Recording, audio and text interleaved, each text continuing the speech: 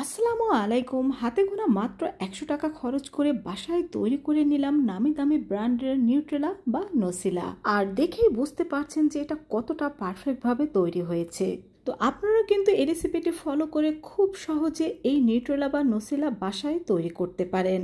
তো এজন্য প্রথমে এখানে আমি কিছু চীনা বাদাম নিয়ে নিয়েছি। এই বাদামের মধ্যে কিন্তু অনেক নষ্ট বাদাম থাকে, সেগুলোকে অবশ্যই এখান থেকে বেছে ফেলে দিতে হবে।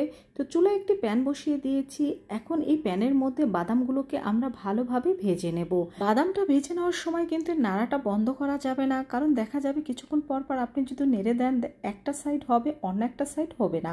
এজন্য এটাকে ভালোভাবে নেড়ে চেড়ে ভেজে নিতে হবে। আর দেখুন, বাদামগুলো যখন এরকম ফেটে যাবে তখনই বুঝতে হবে যে বাদামগুলো ভাজা হয়ে গিয়েছে। তো বাদামটা ভেজে নেওয়ার পরে এখন এটাকে আমি চুলা থেকে নামিয়ে নিচ্ছি। আর চুলা থেকে নামিয়ে এটাকে আমরা কিছুটা ঠান্ডা করে নেব। এখানে একটা কথা বলে রাখা ভালো যে এই নিউট্রেলা বা নসিলা বাইরের কান্ট্রিতে কিন্তু হ্যাজেলনাট দিয়ে তৈরি করা হয়। যেহেতু এটা আমাদের দেশে অ্যাভেলেবেল না বা এটার দামও অনেক বেশি, তাই কিন্তু চীনা বাদাম দিয়ে আমরা খুব সহজে এটা তৈরি করতে পারি।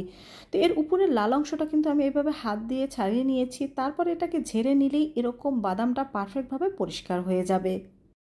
এখন এখানে আমি একটা ব্লেন্ডারের জার নিয়ে নিচ্ছি। তার মধ্যে এখানে 1 কাপ পরিমাণ সে ভাজা বাদাম দিয়ে দিচ্ছি। তো প্রথমে এই বাদামটাকে আমরা ব্লেন্ড করে নেব। তো বাদামটা ব্লেন্ড করে নেওয়ার পর দেখবেন এই বাদামটা ঠিক কিছুটা এরকম হয়েছে। আর এখানে অবশ্যই ভালো মানের ব্লেন্ডার নেওয়ার চেষ্টা করবেন, তা না হলে বাদাম কিন্তু কিছুটা আস্তে আস্তে থেকে যাবে আর এই নসিলা বা নিউট্রেলা খেতে ভালো লাগবে না। তো আমি 2 টেবিল চামচ পরিমাণ রেগুলার তেল দিয়ে এটাকে ব্লেন্ড করে নিয়েছি। দেখুন, এটা ঠিক এরকম পিনাট বাটারের মতো হয়েছে। তো এখানে আমি আরও 2 টেবিল চামচ পরিমাণ রেগুলার সয়াবিন তেল দিয়ে দেব। আপনারা চাইলে কিন্তু এখানে ঘি বা বাটারও ব্যবহার করতে পারেন। আর এটাকে কিন্তু একটু সময় নিয়ে আস্তে আস্তে করে ব্লেন্ড করে নিতে হবে। এই তো এটা ব্লেন্ড হয়ে গেছে। দেখুন, এটা ঠিক এখন এরকম হয়েছে। এখন এখানে আমি 1/2 কাপ পরিমাণ পাউডার সুগার দিয়ে দেব। এখানে চিনিটা আমি ব্লেন্ডারে গুঁড়া করে নিয়েছি। আপনারা চাইলে পাটায়ও গুঁড়া করে নিতে পারেন। আর চিনিটা কিন্তু অবশ্যই গুঁড়া করে নিতে হবে, তা না হলে কিন্তু এটা আস্তে আস্তে থেকে যাবে। তো 1/3 কাপ আমি কোকো পাউডার দিয়ে দিয়েছি আর 1/4 কাপ দিয়ে দিয়েছি গুঁড়া দুধ। গুঁড়া দুধটা দিলে টেস্টটা অনেক ভালো আসবে। আমি এখানে 1 চা চামচ পরিমাণ চকলেট এসেন্স ও 1/2 চা চামচ পরিমাণ ভ্যানিলা এসেন্স দিয়ে দিয়েছি। আপনাদের কাছে চকলেট এসেন্স না থাকলে সেক্ষেত্রে শুধু ভ্যানিলা এসেন্সটাই ব্যবহার করতে পারেন। আর এটাকে কিন্তু ব্লেন্ডার থামিয়ে থামিয়ে কিছুক্ষণ পর পর ভালোভাবে ব্লেন্ড করে নিতে হবে। তো আমি কিন্তু কিছুক্ষণ পর পর এটাকে স্টপ করে আবার এটাকে এইভাবে করে দিয়ে ব্লেন্ড করে নিয়েছি।